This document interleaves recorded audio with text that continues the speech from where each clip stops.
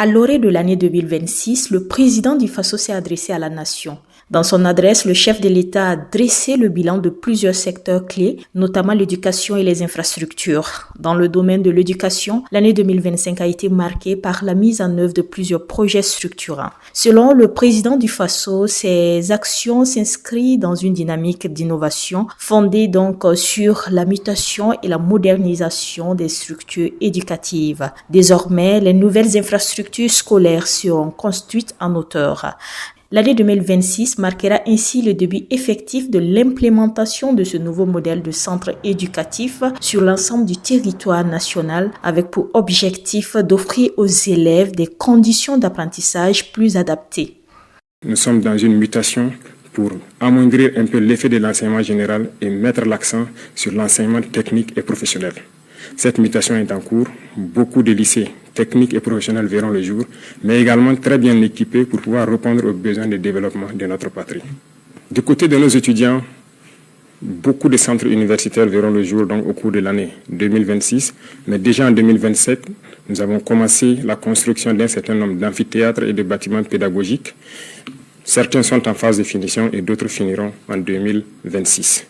Nous poursuivrons cette dynamique pour permettre à tous les centres universitaires, à toutes les universités, de pouvoir étudier de façon digne et aussi la modernisation en ce qui concerne l'Internet et l'éducation virtuelle va se poursuivre parce que nous venons d'acquérir donc un certain nombre de serveurs au profit uniquement des universités pour que les étudiants puissent avoir des bibliothèques en ligne et cette dynamique va se poursuivre.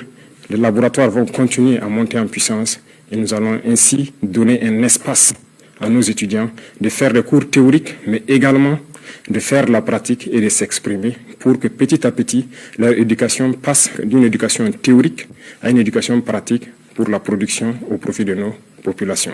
L'innovation se poursuit également dans le secteur des infrastructures où des efforts importants ont été consentis. Au cours de l'année 2025, 4 régions, le Yagda, le Koulsé, le Goulmou et le Bankui ont été dotées de brigades de construction routière. Des équipements spécifiques de terrassement et de bitumage leur ont été livrés dans le cadre de l'initiative présidentielle Faso Mebo. Pour 2026, le président du Faso annonce le lancement de grands projets d'urbanisation et de concentration des populations. Objectif, mieux exploiter l'espace, améliorer l'assainissement et garantir aux populations des conditions de vie dignes et saines. Après les 4 régions déjà équipées, d'autres bénéficieront également de ce matériel. Et au cours de l'année 2026, s'il plaît à Dieu, 4 autres régions en début d'année seront dotées de brigades de construction des routes et ça sera le début effectif de construction d'un certain nombre de routes nationales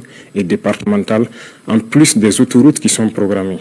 Nous voulons aller à un rythme soutenu, ce qui nécessite que nous équipons toutes les régions avant de pouvoir nous projeter de façon efficace, comme cela a été le cas avec le lancement des travaux de l'autoroute. Nous avons opté de changer le modèle donc, d'urbanisme. L'État va prendre en compte la construction de nos villes. Aujourd'hui, la construction de nos villes est un impératif parce que ce que nous vivons, le problème sanitaire est dû au fait qu'il n'y a pas d'assainissement dans nos villes.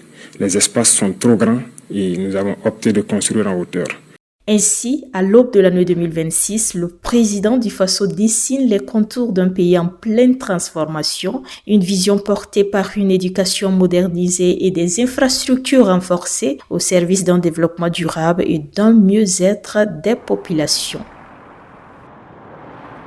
Kaziba TV, pour un Burkina Faso souverain, intègre et fier.